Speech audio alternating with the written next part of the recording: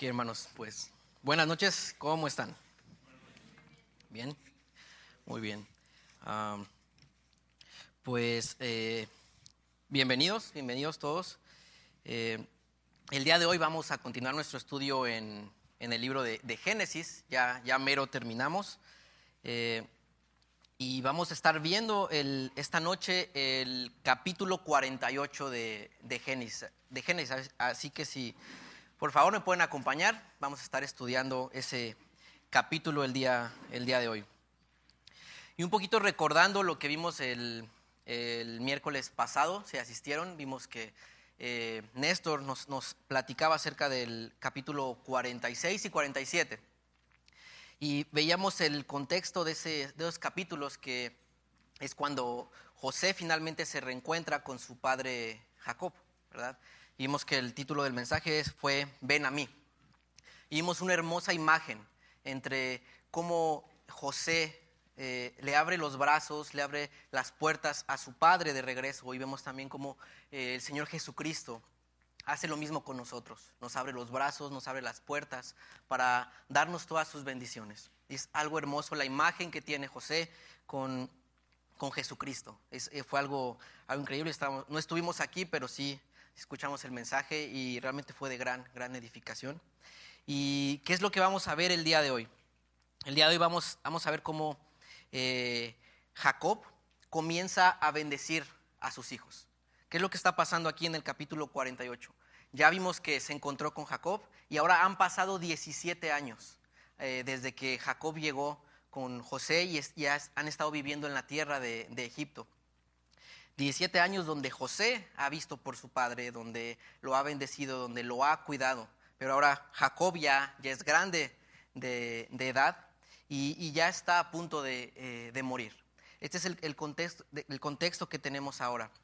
¿Qué personajes vamos a ver en este capítulo? Vamos a ver a Jacob, el padre, hablando a su hijo José y a sus dos nietos, a Manasés y a Efraín.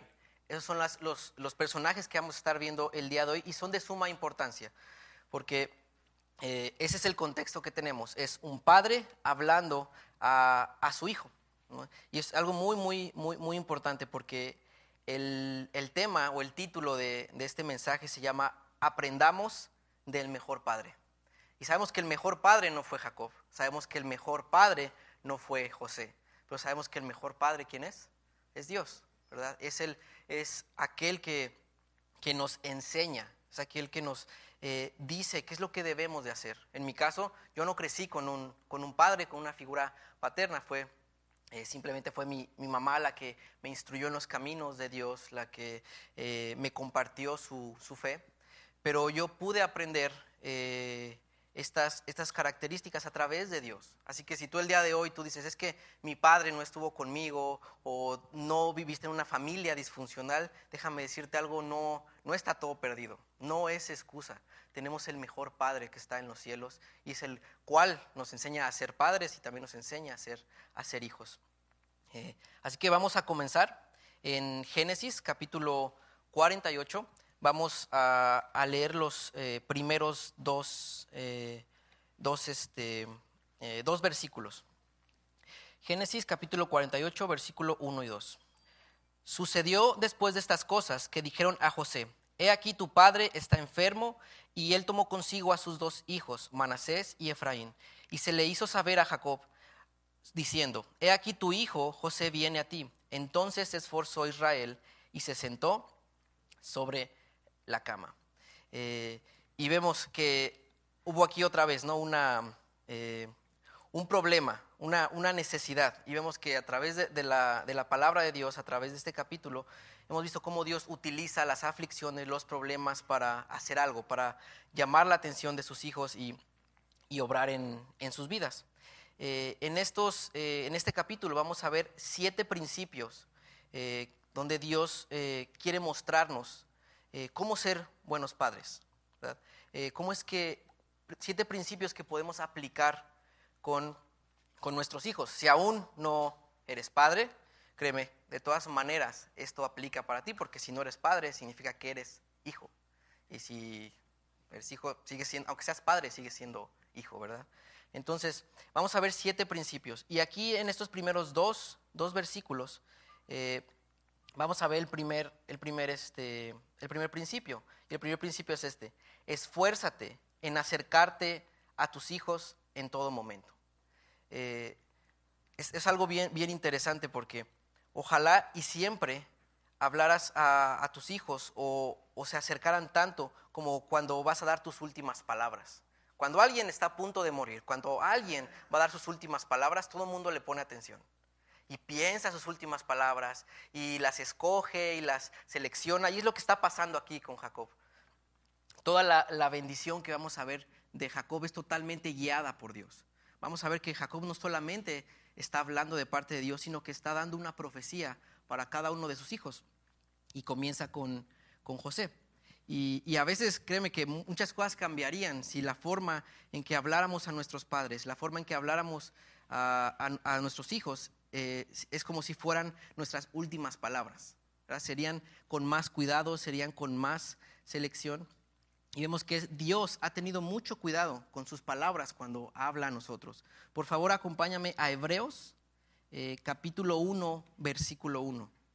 Y vamos a ver cuál es la forma, cómo es que Dios nos ha hablado a nosotros. Hebreos capítulo 1, versículo 1 dice esto. Dice lo siguiente: Dios, habiendo hablado muchas veces, de muchas maneras, en otro tiempo, a los padres por los profetas, en estos postreros días nos ha hablado por el Hijo, a quien constituyó heredero de todo y por quien asimismo hizo el universo. Este puede ser un resumen de la palabra de Dios. Vemos que desde Génesis hasta Apocalipsis vemos el plan perfecto de Dios, que Él trata de ¿qué? De hablarnos, de acercarnos, de acercarse a nosotros. Y es lo que estamos viendo aquí. Jacob ya está muy viejo y dice que está haciendo un esfuerzo. ¿Para qué?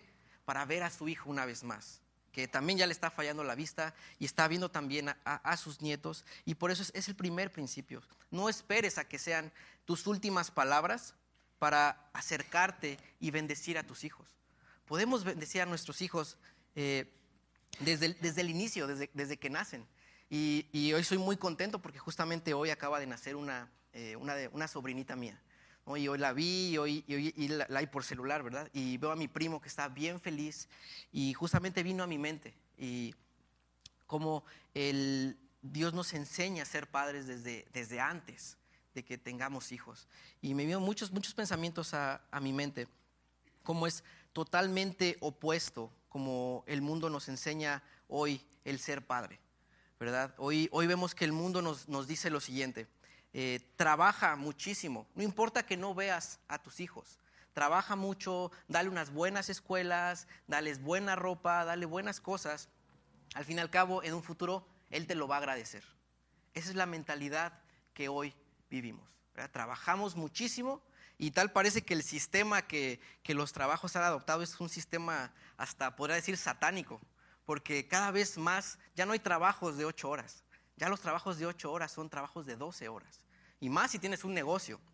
Un negocio es como un hijo también, ¿no? Le vas a invertir más incluso de 12 horas. Y todo esto tenemos la idea de que es por mis hijos, trabajo por mis hijos, me esfuerzo por mis hijos, por mi familia, y vemos que ya tienen 20 años y nunca has pasado un tiempo de calidad, un tiempo con ellos, porque toda la vida has estado trabajando.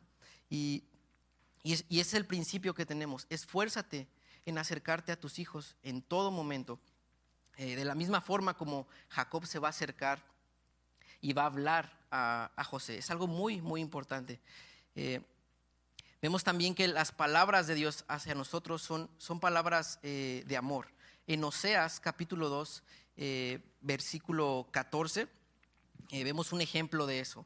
Y este es Dios hablándole a su pueblo, un pueblo que se ha apartado de él, un pueblo que se ha ido hacia los ídolos más adelante.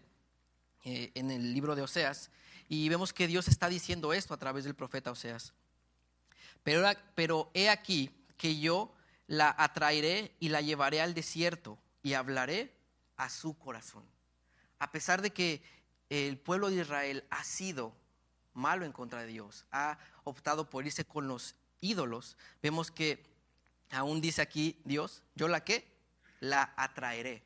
En otra versión, otra traducción es, yo la voy a seducir, la llevaré al desierto y le hablaré al corazón. Quiere decir que Dios se interesa por nosotros, que las palabras de un padre no son para imponer, sino son para atraer, para buscar. Y aquí vemos un esfuerzo, vemos hablar al corazón. Es la forma como Dios nos habla a nosotros, nos habla al corazón, y es la forma como nosotros debemos hablar a nuestros hijos. Debemos hablar a su corazón. Y es algo muy, muy importante. En Efesios capítulo 6, versículo 4 dice lo siguiente: y vosotros, padres, no provoquéis a ira a vuestros hijos. Y es algo muy, muy, muy, muy importante, porque es una instrucción. Y cada padre sabe lo que debe de hacer para provocar a ira a su hijo. No es un secreto, ¿verdad? Tú sabes qué es lo que debes de hacer. Y a veces actuamos en estas emociones y no tenemos cuidado en nuestras palabras. De igual forma los hijos, sabemos cómo provocar a los padres y tampoco tenemos cuidado. Pero el principio aquí que vemos es: hablemos como Dios nos ha hablado a nosotros. Hablemos a nuestros hijos de la forma como Dios nos ha hablado a nosotros. ¿Por qué? Porque tú eres el mejor ejemplo de un hijo para tus hijos. ¿Nunca habías pensado eso? Algo que ellos van a ver en ti es también cómo te comportas como hijo, cómo tratas a sus abuelos, cómo reaccionas, cómo los honras. Un buen padre se forma siendo un buen hijo. Y ese es otro ejemplo que debemos de darles a nuestros hijos. No solamente ser buenos padres, sino hacer buenos hijos. Y vamos a ver, a seguir leyendo, vamos a ver del versículo 3 al versículo 4. Y dijo a José: el Dios omnipotente me apareció en luz en la tierra de Canaán y me bendijo. Y me dijo: he aquí yo te haré crecer y te multiplicaré y te pondré por estirpe de naciones y daré esta tierra a tu descendencia después de ti por heredad perpetua. Aquí la palabra estirpe significa multitud. Y vemos esta promesa. ¿Recuerdas cuando Jacob tuvo su primer encuentro con Dios? Está hablando de esto. Está hablando a su hijo José, pero también está hablando a sus nietos. Está Efraín y está también ahí Manasés. Y le está diciendo Jacob esto a José. Le está diciendo que el Dios omnipotente, está dándole el reconocimiento, está diciendo quién es Dios. ¿Y qué nos dice esto? ¿Cuál es el segundo punto? Es: persevera en recordarles a tus hijos la fidelidad de Dios en tu vida. Esto es algo bien importante. Es lo que está haciendo Jacob. Como padre, eres el primer testimonio de Dios para tus hijos. No hay mayor influencia en la vida de un hijo que su padre. No es la televisión, no son sus amigos, no es el novio, no es la escuelita bíblica, no es la iglesia. Tú como padre eres la primera influencia que tienes en tus hijos. Y déjame leerte en Deuteronomio, capítulo 6, del versículo 4 al 9. Este es si tú preguntas a cualquier judío, este es el pasaje más importante para ellos. Es como para nosotros Juan 3:16. Para los judíos este es el versículo más importante, le llaman el Shema. Shema significa oír en hebreo, y dice lo siguiente: oye Israel, Jehová nuestro Dios, Jehová uno es, y amarás a Jehová tu Dios de todo tu corazón y de toda tu alma y con todas tus fuerzas. Y estas palabras que yo te mando hoy estarán sobre tu corazón y las repetirás a tus hijos. Y hablarás de ellas estando en tu casa y andando por el camino y al acostarte y cuando te levantes, y las atarás como una señal en tu mano y estarán como frontales entre tus ojos, y las escribirás en los postes de tu casa y en tus puertas. Instrucción, mandato por parte de Dios es muy importante para el pueblo judío. Y déjame contarte una historia de este pasaje. En los tiempos del Holocausto, cuando estaba haciendo esta matanza de judíos, por ahí de 1940, las madres judías, las familias judías estaban yendo a entregar a sus hijos a conventos católicos para poder protegerlos, para salvarlos de las cámaras de gases que con los que lo estaban asesinando en ese tiempo. Entonces muchas familias judías entregaron sus hijos a conventos católicos. Tiempo después, una convención de rabinos fueron a rescatar a estos niños, porque los judíos adoran a sus hijos. Ellos comprenden y entienden lo que es un hijo delante de Dios. Ellos no iban a dejar que sus hijos se quedaran ahí. Entonces, un convenio un concilio de rabinos de Estados Unidos y de Gran Bretaña fueron a ver a estos conventos y recuperar a los niños. Entonces, cuenta la historia que estos rabinos llegaron a un convento católico. Estaba un padre, estaban ahí las monjas, y dijeron: sabemos que aquí hay niños judíos y venimos por ellos. Sus madres los esperan. Pero no tenían ni registros de quiénes eran, no tenían no sabían nada acerca de ellos. Y el padre les decía: bueno, ¿cómo se los vamos a dar si no hay registros de ellos? Y uno dijo: bueno, por los nombres, todos los que sean nombres hebreos, nombres judíos, dánoslo. Y el padre dijo: no me voy a arriesgar a hacer eso. Ningún niño va a salir de aquí si no estoy seguro de que realmente son niños judíos. Y comenzaron a discutir, comenzaron a hablar, y los rabinos dijeron: bueno, ¿qué vamos a hacer? El padre se enfureció y dijo: tienen 3 minutos para darme una solución, si no, ya no los quiero ver aquí. Entonces uno de los rabinos dijo: ok, ¿me puede permitir esos 3 minutos en otro momento? Y el padre dijo: sí. Ok, dice: ¿a qué hora se duermen los niños? Dice: a las 7. Entonces vamos a regresar a las 7 para usar nuestros últimos 3 minutos, ¿no? Y el padre, bien intrigado, pues se quedó así como que bueno. Se fueron los rabinos, regresaron al convento a las 7, justo cuando ya estaban durmiendo, ya estaban dormidos los niños. Y lo que pasó fue esto. Se estaba intrigadísimo el padre, ¿qué iban a hacer? Llegaron al cuarto donde todos los niños estaban dormidos. Uno de los rabinos se subió en una silla y justamente empezó a pronunciar estas palabras: Shema Israel, Hashem Elokeinu, Hashem Echad. Que es el Shema, lo que acabo de leer ahorita, que significa Jehová uno es, nuestro Dios uno es. ¿Y qué crees que pasó?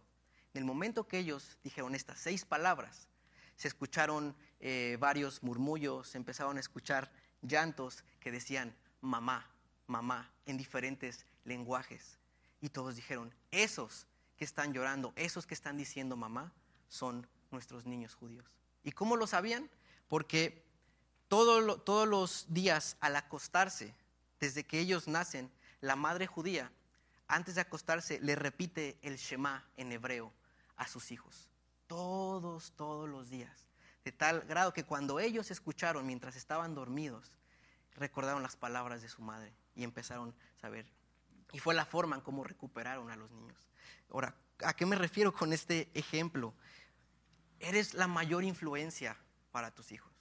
Créeme que no se van a despertar con la canción de la telenovela o en sus mentes. Se van a despertar con las palabras que sus padres les digan a sus hijos.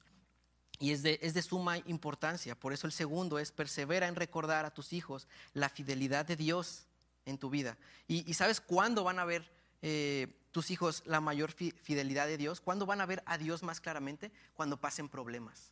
¿Cómo reaccionas en los momentos difíciles? Ellos te están viendo. Ellos saben si en realidad la fe que les estás profesando es la fe que estás creyendo. Si ven que te desesperas y empiezas a gritar y empiezas a llorar, ¿qué testimonio estamos dando de Dios? ¿Verdad? Pero si en lugar de eso ellos ven que en los momentos difíciles oras, pones todo delante de Dios, ellos están viendo un ejemplo y está haciendo de testimonio para sus vidas. Realmente pregúntate esto: ¿cómo reaccionas? Primer principio es: esfuérzate por acercarte a tus hijos en todo momento. Segundo principio: persevera en recordar a tus hijos la fidelidad de Dios a tu vida. Es lo que está haciendo aquí Jacob. Está recordando la promesa que Dios le hizo desde que tuvo ese encuentro con él. Y vamos a seguir, vamos a leer del versículo 5 al versículo 7.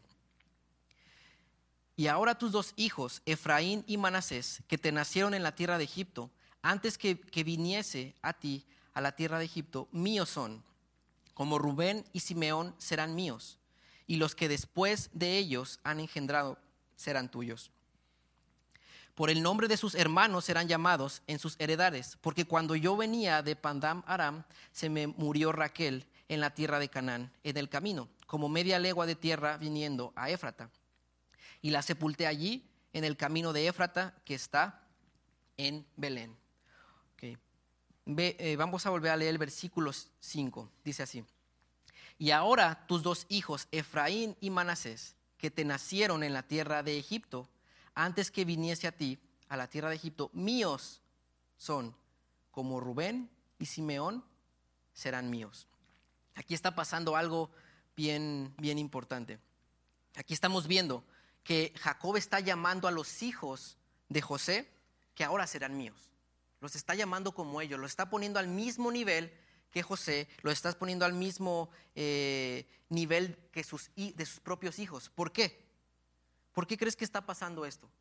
¿Te acuerdas qué pasó con Rubén y con Simeón?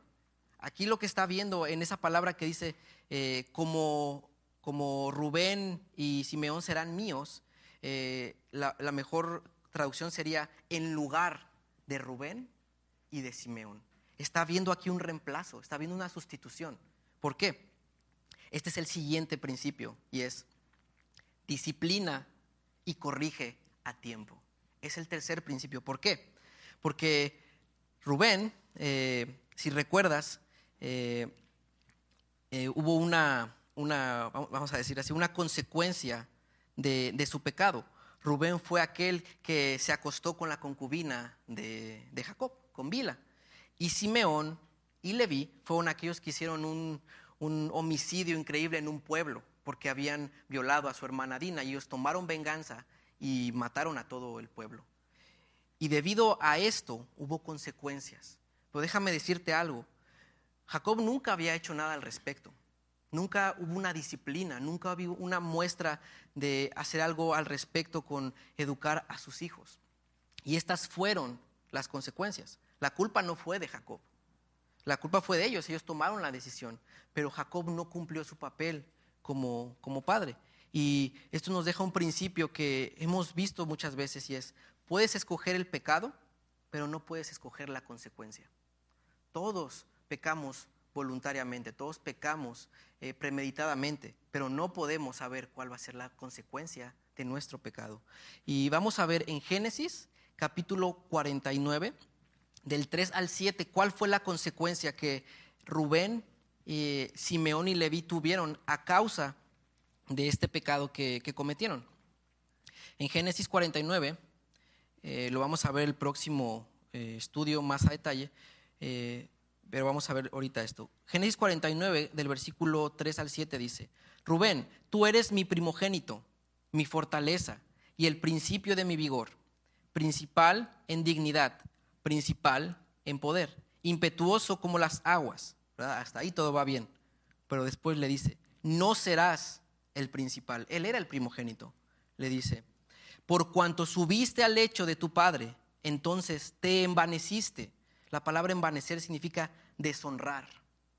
Subiendo a mi estrado, está diciendo el pecado que había cometido. Y después habla a Simeón en el versículo 5, a Simeón y a Leví, y les dice esto: Simeón y Leví son hermanos, armas de iniquidad sus armas.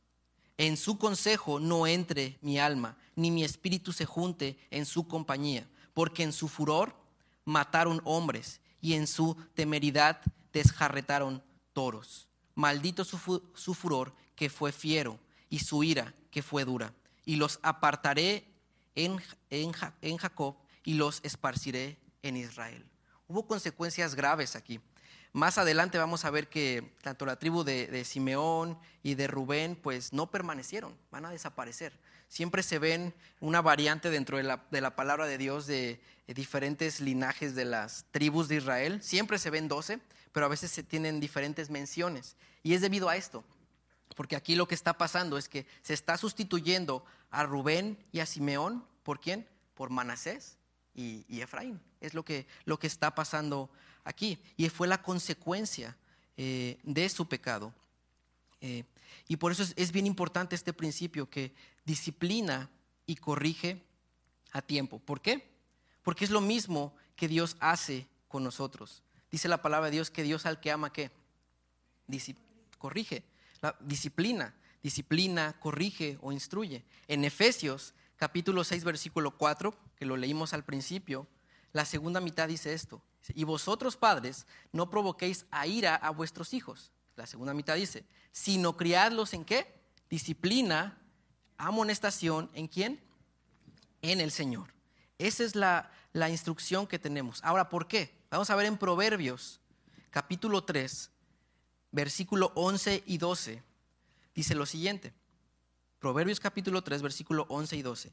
No menosprecies, hijo mío, el castigo de Jehová, ni te fatigues de su corrección, porque Jehová al que ama, castiga, como el padre al hijo a quien quiere. Aquí es muy clara la instrucción. Vamos a ver otro pasaje en Hebreos capítulo 12 versículo 6 también. Dice: porque el Señor al que ama, disciplina y azota a todo el que recibe. ¿Por qué? Por hijo. ¿Quieres ver otro versículo? Vamos a Proverbios capítulo 23. Proverbios capítulo 23, versículo 13 y 14 dice lo siguiente: no rehuses corregir al muchacho, porque si lo castigas con vara, ¿no qué? No morirá. Lo castigarás con vara y librarás su alma ¿de dónde? Del Seol, de la muerte. Esto es bien importante. Y muchas veces no lo entendemos, pero yo agradezco en este tiempo toda la corrección que mi mamá tuvo conmigo. Porque mi mamá no era alguien fácil. Era alguien que yo le decía: pues si no haces lo que yo quiero, me voy a ir de la casa. Era de que pues vete, ¿no? ¿Te quieres ir? Pues ahí está. Y pues no me iba, ¿verdad? Porque tampoco era, no era tonto. Decía, no, pues mejor no me voy, ¿no? Pero a veces cedemos a esto. Como padres a veces se apapacha el pecado de los hijos. Y se da miedo. No, es que es mi hijo, no, ¿cómo lo voy a dejar? Vemos que incluso en la iglesia, ¿te acuerdas en Corinto? Aquel persona que estaba durmiendo con su suegra, ¿no era? ¿Y cuál fue la disciplina? ¿Cuál fue la instrucción que dijo Pablo? ¿No? Échenlo afuera. Que el diablo le dé una zarandeada. Es mejor que ¿qué? Que se pierda su cuerpo, a que se pierda ¿qué? Su alma. Y es bien duro. Yo sé que es bien duro. Pero yo he visto familias que tomaron esta decisión y dejaron a sus hijos. Y dijeron: ¿sabes qué? Si te quieres ir, vete, pero las reglas de la casa son estas. Y sí, Satanás les puso una zarandeada, ¿verdad? Hubo consecuencias graves en sus vidas, pero regresaron al camino de Dios. Y ahora lo agradecen. Es bien importante. Y la corrección, dice la palabra, es de Dios, ¿verdad? Y no estamos hablando de aquel dicho mundano que dice que la letra con sangre entra, ¿verdad? Eso es totalmente diferente. No estoy hablando de eso. Estamos hablando de una corrección conforme a la palabra de Dios. Por eso habla que dice que corrijas ¿con qué? Con vara, no con la mano. Y es muy importante eso, porque con la mano no se corrige. Con la mano es para amar, para abrazar, para cuidar. Con la vara, por eso a veces agarran un palito, ¿verdad? Y órale, te voy a corregir. Mejor que te corrija ahorita que después vayas a morir. Y aquí vemos el ejemplo de Rubén, de Simeón y de Leví, ¿verdad? Ellos murieron, fueron destituidos, perdieron su primogenitura a causa de que tomaron una mala decisión, pero también Jacob no tomó su responsabilidad como padre. ¿Cuál fue el primer principio? Esfuérzate en acercarte a tus hijos en todo momento. Segundo, persevera en recordarles a tus hijos la fidelidad de Dios en tu vida. Ese fue el segundo. Tercero, disciplina y corrige a tiempo. Vamos a leer ahora el versículo, vamos otra vez a Génesis capítulo 48, vamos a leer del versículo 8 al versículo 11. Y vio Israel los hijos de José y dijo: ¿quiénes son estos? Y respondió José a su padre: son mis hijos que Dios me ha dado aquí. Y él dijo: acércalos ahora a mí y los bendeciré. Y los ojos de Israel estaban tan agravados por la vejez que no podía ver. Les hizo pues acercarse a él, y él les besó y les abrazó. Y dijo Israel a José: no pensaba yo ver tu rostro, y he aquí, Dios me ha hecho ver también a tu descendencia.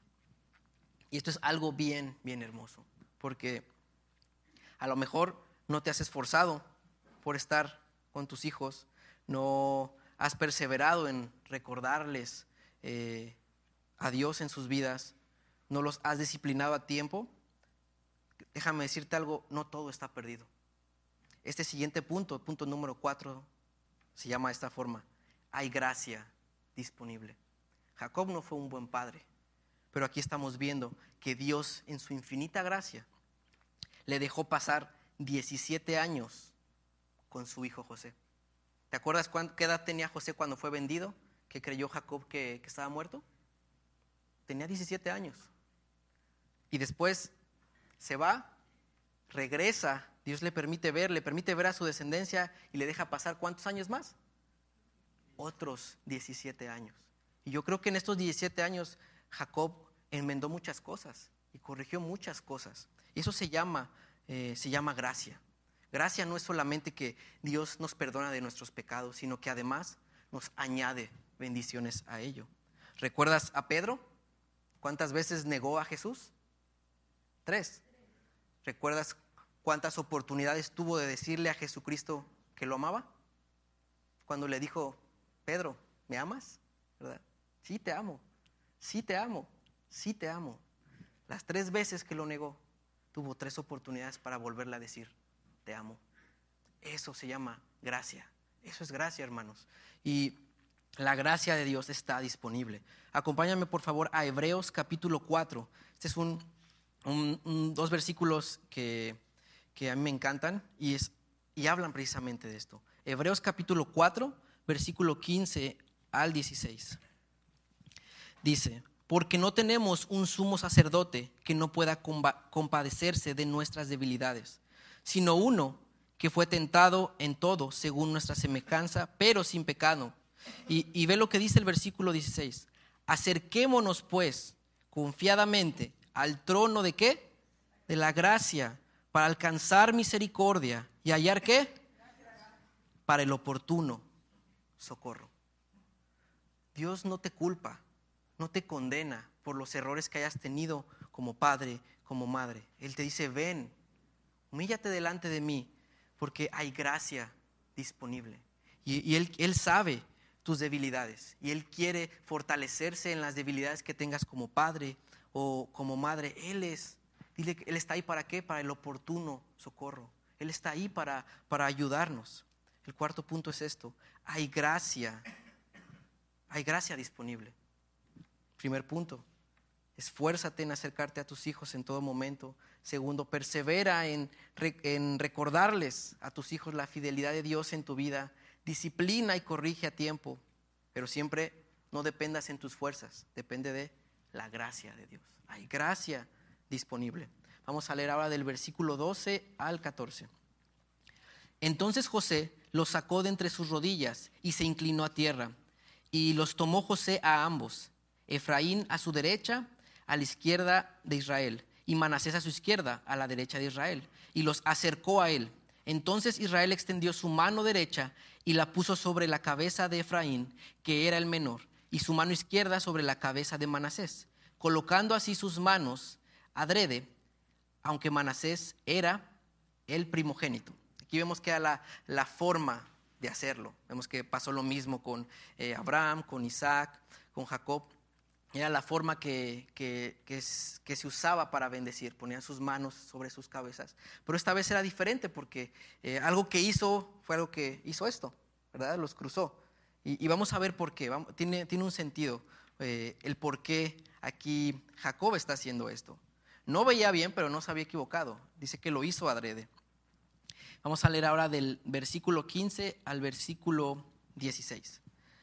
Y bendijo a José diciendo: el Dios en cuya presencia anduvieron mis padres, Abraham e Isaac, el Dios que me mantiene desde que yo soy hasta este día, el ángel que me liberta de todo mal, bendiga a estos jóvenes y sea perpetuado en ellos mi nombre y el nombre de mis padres, Abraham e Isaac, y multiplíquense en gran manera en medio de la tierra. Y déjame decirte aquí el quinto punto, y es esto. Aquí José está bendiciendo a José y a sus hijos, pero ¿cómo lo está haciendo? No está diciendo, no es como cuando yo iba con mi abuelita y me persinaba, ¿no? Y me daba la bendición. No, aquí está diciendo algo muy importante. Está reconociendo a Dios. Dijo, el Dios en cuya presencia anduvieron, ¿quiénes? Mis padres, ¿verdad? El que me ha mantenido hasta ahora. Dice, el que me mantiene. La palabra mantiene significa el que me pastorea. Y es la primera vez que aparece en la Biblia la palabra pastorear. Dice, el Dios que me mantiene, el Dios que me ha pastoreado, que me ha cuidado, que me ha instruido desde que soy hasta este día. Y el versículo 16 dice, el ángel que me liberta. La palabra libertad también es redimir. Y es la primera vez que aparece en las Escrituras. Vemos dos palabras muy interesantes, pastorear y redimir. Y es muy interesante porque es Dios quien ha pastoreado a Jacob, quien lo ha instruido, quien lo ha llevado hasta este momento. ¿Y te acuerdas del ángel con el que luchó? Esa imagen también que vemos de Jesucristo. Dice que es el ángel que me liberta, es el ángel que me ha redimido de todo mal. ¿Cuál es el quinto punto, mis hermanos? Tus hijos necesitan de Jesús más de lo que te necesitan a ti. Aquí Jacob no lo está bendiciendo en su nombre, está bendiciéndolos en el nombre del Dios que le ha dado todo. Está trayendo a memoria lo que ha pasado en su vida. Tus hijos necesitan de Jesús más de lo que te necesitan a ti. ¿Y a qué me refiero de una forma práctica? Necesitamos evangelizar a nuestros hijos. Ellos necesitan escuchar el evangelio, primeramente, ¿en dónde? En tu casa. No en la escuelita bíblica, no en la iglesia. Ellos necesitan escuchar el evangelio de labios de sus padres. Es bien, bien importante. Antes de necesitar un padre, necesitamos un salvador. Y eso es bien importante. No vamos por la vida diciendo, oye, necesitas un padre porque no tienes padre. No. Si nuestros hijos, si tus hijos no reconocen o no reconocemos que necesitamos un salvador, de nada sirve que crean que Dios es su padre. Primero necesitan reconocer que necesitan un salvador, que han hecho lo malo delante de Dios. Otra forma práctica de hacerlo es recuérdales las promesas que tiene Cristo para ellos.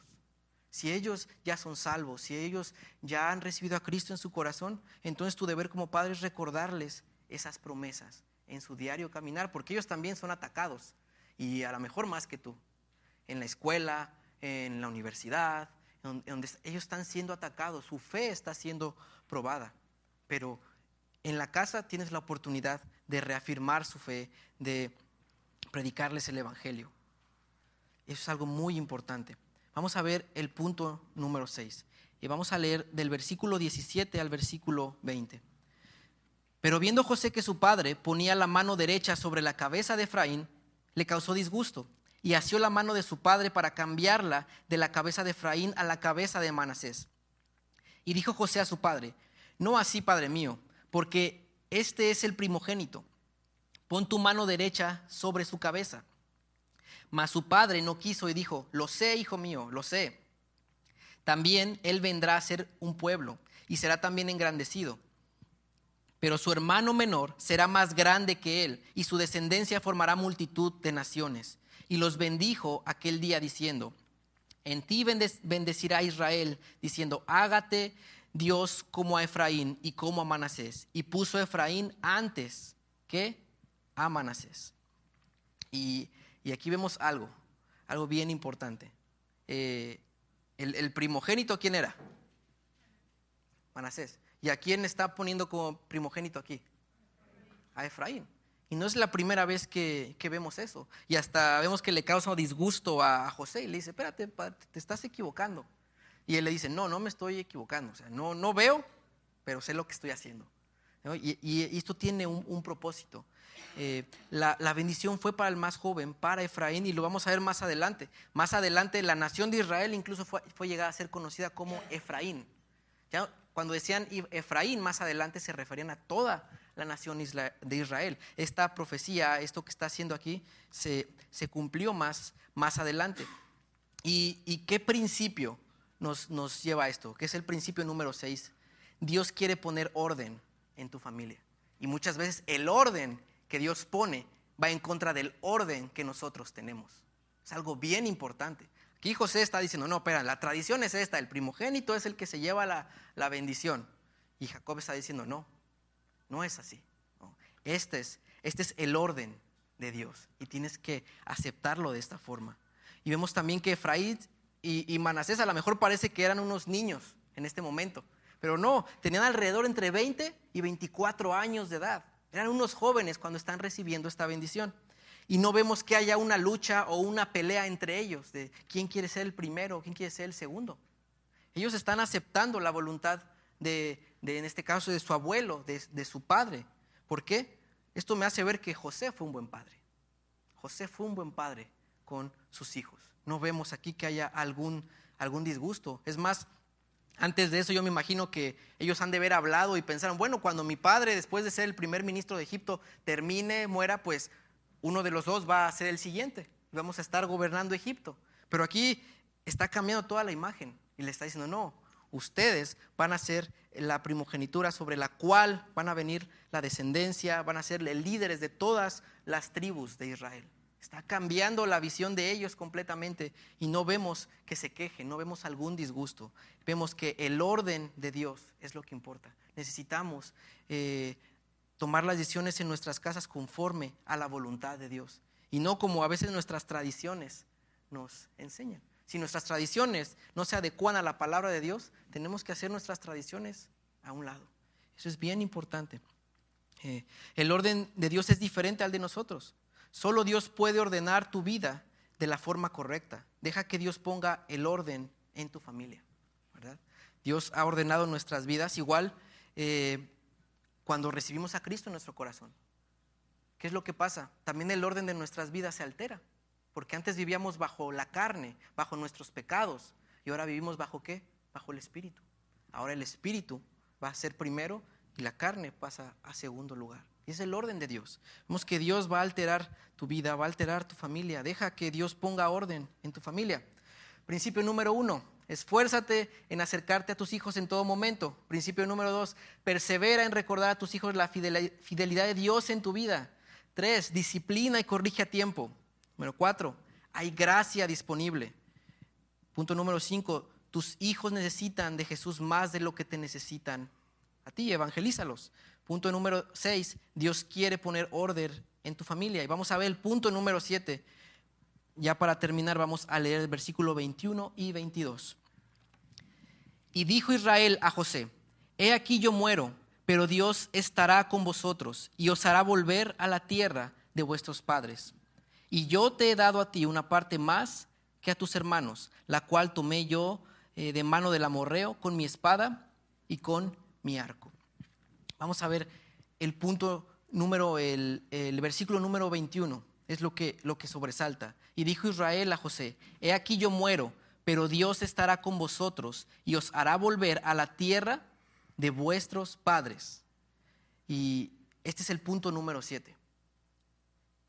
La mejor herencia que le puedes dejar a tus hijos es el ejemplo de tu fe. No hay nada más grande que eso.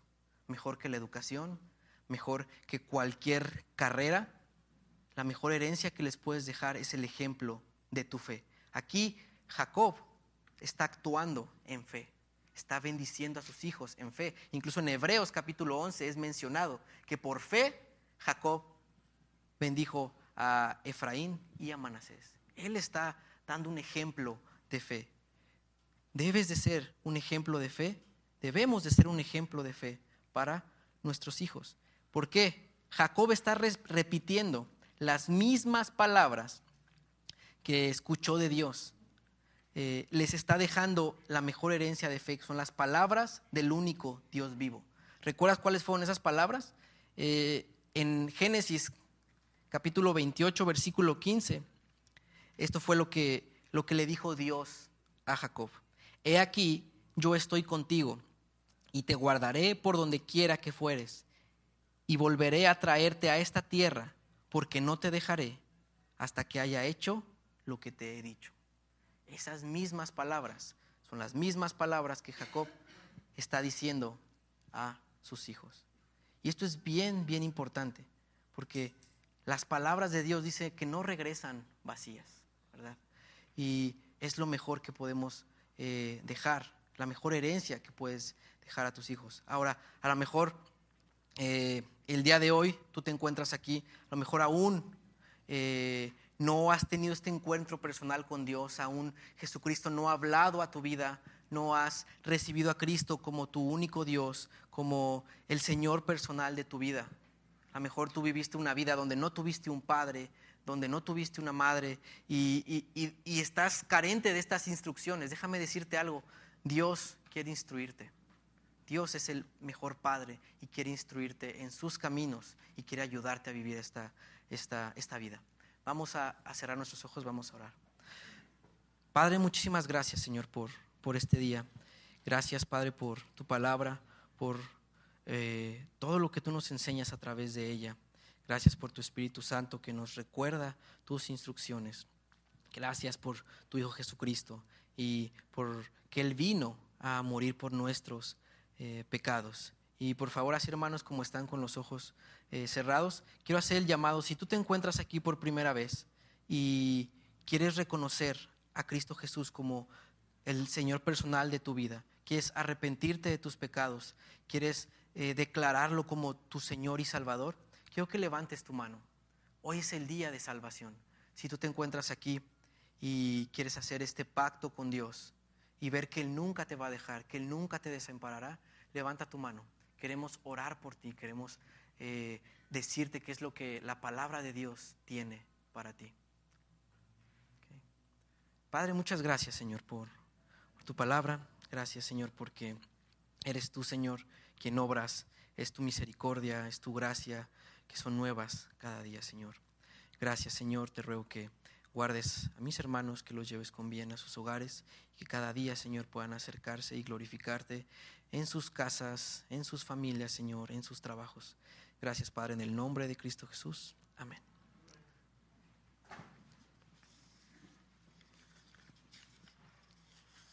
Okay.